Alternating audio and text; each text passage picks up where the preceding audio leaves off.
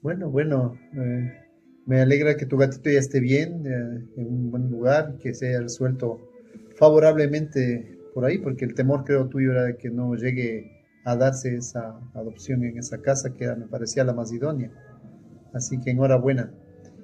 Te veo con un estrés postraumático, eso ya lo vengo diciendo en algunas reuniones, ¿no? O sea, acabas de salir de una terrible situación que cada vez es más evidente, ¿no? De cómo estabas viviendo de esa manera. Mientras tú hablabas, digo, ¿cómo manejaste tanto tiempo esta situación? O sea, ahora entiendo la ansiedad y claro, es como que te quedaste ahí como en estrés constante. Entonces, ahora tú tienes que hacer todo un proceso, primero de desconexión, como habíamos dicho, incluso de bloqueo total y sobre todo de rehabilitarte, ¿no? El mindfulness puede ayudar mucho en esto, de la resiliencia, ¿no? De generar cambios a través de este o a partir de este aprendizaje, porque dejemos de lamentarnos como dolor y más bien digamos como un aprendizaje para tu vida, ¿no? Dejar de atraer estas personas contreras, como dices tú, que me parece interesante, y eso, empezar a empoderarte más de ti misma y ahora de tu libertad. O sea, yo creo que eso es lo más valioso que puedes rescatar de toda esta experiencia. ¿Mm?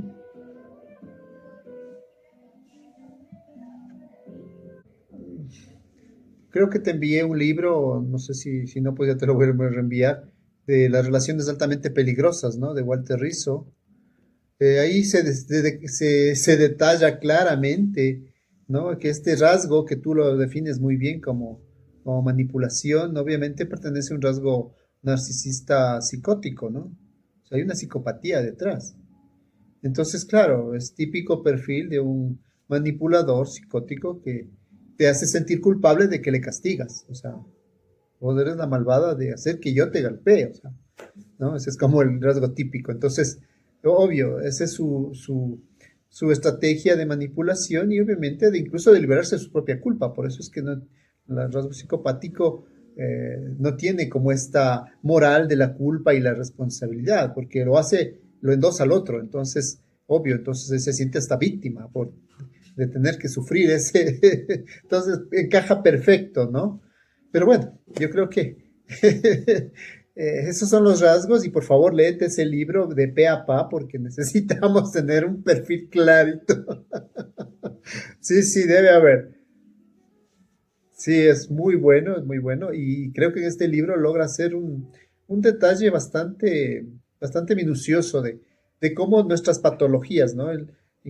No sé si es él o otro autor que habla de que no sé, las parejas somos como meteoritos que llegamos como a la vida, ¿no? Y claro, vemos solo la pantalla bonita, lo reluciente, pero toda la cola que viene detrás es la que en el camino nos va enredando y terminamos explosionando, ¿no? En este caso.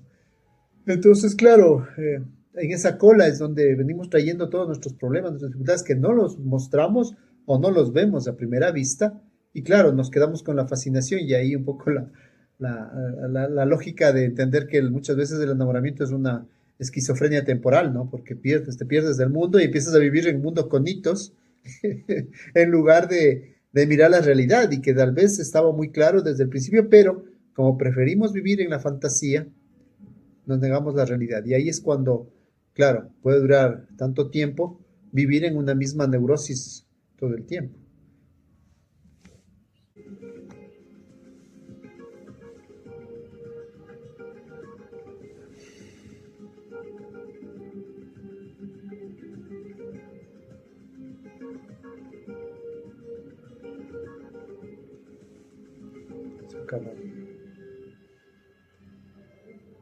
Claro.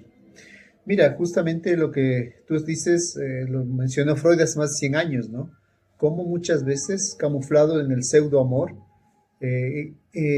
caemos en una relación, él decía, una neurosis complementaria, porque mi necesidad hace que yo encaje con tu necesidad y nos complementamos y mucha gente funciona en ese nivel, pero obvio, no es saludable y claro, cuando uno sale de ese círculo neurótico, todo se rompe y claro, quedas de mala para colmo, ¿no? Entonces, creo que es importante definir eso, por un lado. Por otro, Y también Walter Rizzo tiene otro libro hermoso que se llama Los Límites del Amor, que también te lo voy a enviar como PDF, ojalá lo encuentres por allá, ¿verdad? Pero sí, invitar a que, sí, hay que aprender a poner límites. Y sí, me parece genial que incluso con esta chica, señora, no sé quién sea, tú ya pongas límites, ¿no es cierto? No es que estás en una subyugación porque te ha prestado su casa o no sé, o sea, tal vez esa es su idea, ¿no? Entonces, si que tú estás haciendo un trabajo, cuidar sus mascotas que no son nada fáciles. Entonces, creo que dejar eso claro. Y sí, también trabajar más ya por tu propia independencia. Entonces, si pudieras salir antes, no sé, incluso me parecería mejor para que no estés esperando, como dices, a que te caiga de sorpresa mañana o pasado. Es decir, que tú te adelantes, que pongas límites a esas relaciones y que de alguna manera desarrolles un ojo clínico. Teníamos, en psicología tenemos como ese, esa idea, ¿no? De hay que desarrollar un ojo clínico porque ya es como un escáner y eso a las mujeres les va mejor porque tienen más fácil esa capacidad de escanear las cosas, ¿no? Entonces sí, como escanear más a estas personas y claro, saber que ya si tiene este perfil, ve, yo mejor me abro y ahí llega todo sin ningún problema, tal cual lo estás haciendo, porque sí, hay que aprender a ser más selectivos y hay que aprender a fortalecer tu yo y aprender a decir no, porque eso es lo más valioso en tu caso. Aprender a decir no, poner tus límites claros, sean relaciones, amigos, personas, familia también, y cada vez saber que lo haces por un acto de amor para ti, que no se invada tu libertad ni tu privacidad. ¿Mm? Decir, porque o sea, tienes que dejar que fluya también tus sentimientos. Como dices, este momento me dio rabia, me dio ira, pues sí, exprésala. Claro, de una manera educada, cordial tal vez, pero lo estás diciendo. Otra cosa es quedarse ahí con el nudo y no decir nada.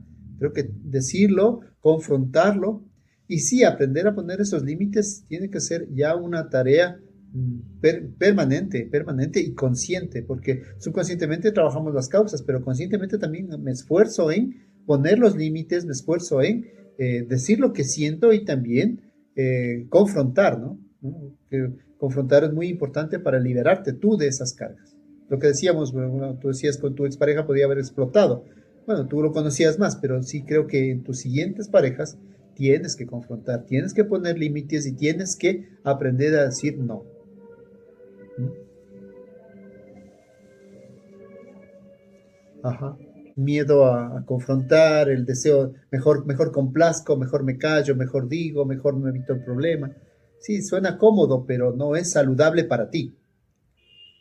Y si estamos hablando de que en las siguientes parejas vamos a buscar relaciones más saludables, tiene que ser obviamente desde el criterio clínico, ¿no? Ahora, volviendo un poco al caso de los narcisistas psicóticos, de alguna manera sí lo hacen con todo el mundo, no solo con un tipo específico de personas, ¿no? Para que tampoco te digas, sientas que vas a atraer solo este tipo de personas. Yo creo que esa es la capacidad manipuladora que tienen, ¿no? Tenemos gobernantes ahora del mundo que hacen esto, ¿no? Que son psicóticos brutales y están en el poder para colmo, imagínate.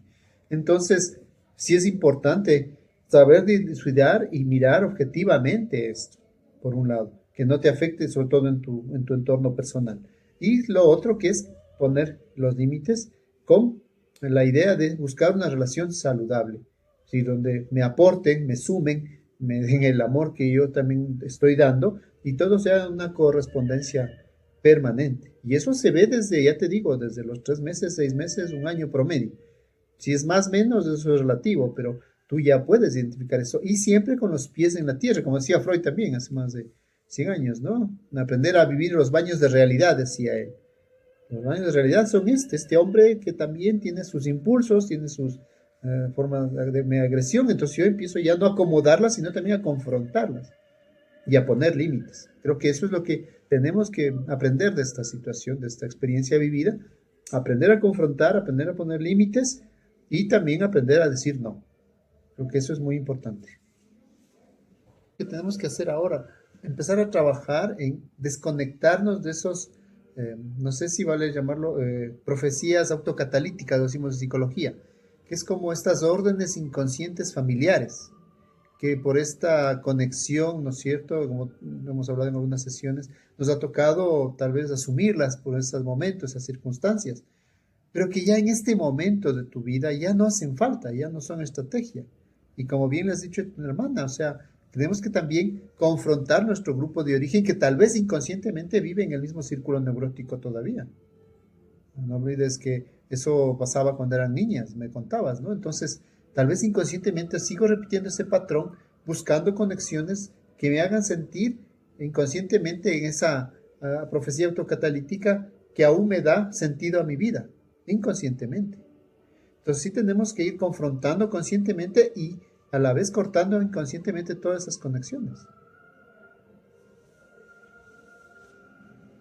Te ven como muy amable, muy generosa, muy servicial es la palabra, ¿no?